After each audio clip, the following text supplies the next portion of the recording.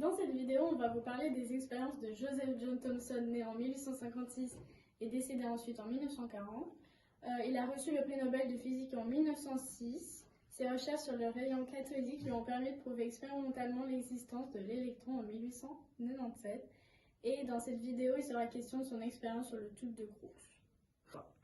Dans ce premier cas, nous avons une très forte différence de potentiel qui est entre l'anode et la cathode, qui est générée par le générateur.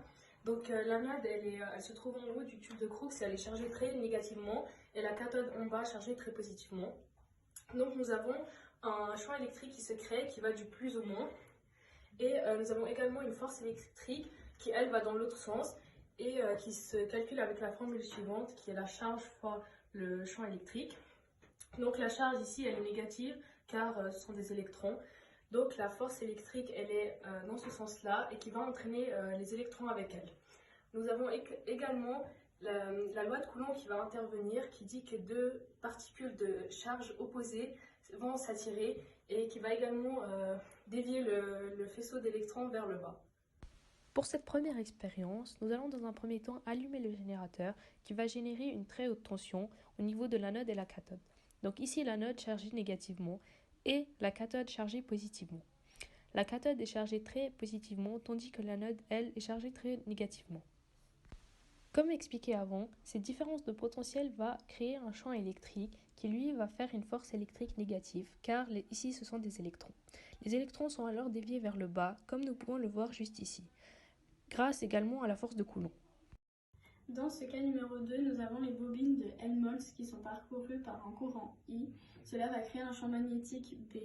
Grâce à la règle de la main droite, nous savons que le I tournera dans ce sens et le B ira contre la plaque. Et on a donc des électrons en mouvement, c'est pour cela que nous allons utiliser la force de Lorentz.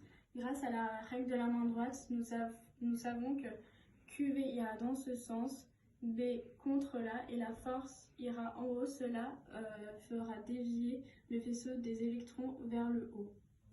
Dans cette deuxième expérience, comme nous l'avons expliqué juste avant, en mettant du courant dans les bobines, il y a un champ magnétique qui se crée. Grâce à la règle de la main droite, nous pouvons trouver le sens de la force de Lorentz qui ici est vers le haut. Nous verrons alors que les électrons sont déviés vers le haut également. Donc dans ce troisième cas, la force de Lorentz et la force électrique agissent toutes les deux sur le faisceau d'électrons, mais elles agissent de sens opposé. Donc on voit ici et ici. Et donc si nous réglons les générateurs pour que les deux forces soient égales, elles vont s'annuler et la résultante, elle va être nulle, et du coup le faisceau d'électrons va aller tout droit. Dans cette troisième expérience, nous allons dans un premier temps allumer le générateur qui va générer une haute tension. Nous voyons alors que les électrons ne sont pas déviés, car pour l'instant nous n'appliquons aucune autre force. Ici nous avons l'anode et la cathode. Nous pouvons également voir ici le faisceau d'électrons en bleu. En mettant du courant dans les bobines, la force de Lorentz s'applique et dévie les électrons vers le haut, comme nous pouvons le voir ici dans le tube de Crookes. Ensuite, nous allons également mettre du courant dans l'anode et la cathode qui seront chargés très négativement et très positivement. La force électrique va donc s'appliquer et dévier les électrons vers le bas selon F est égal à Q fois E. Sachant que ces deux forces sont de sens opposé, la résultante sera nulle car nous appliquons une force environ égale et donc la trajectoire des électrons sera rectiligne comme nous pouvons le voir.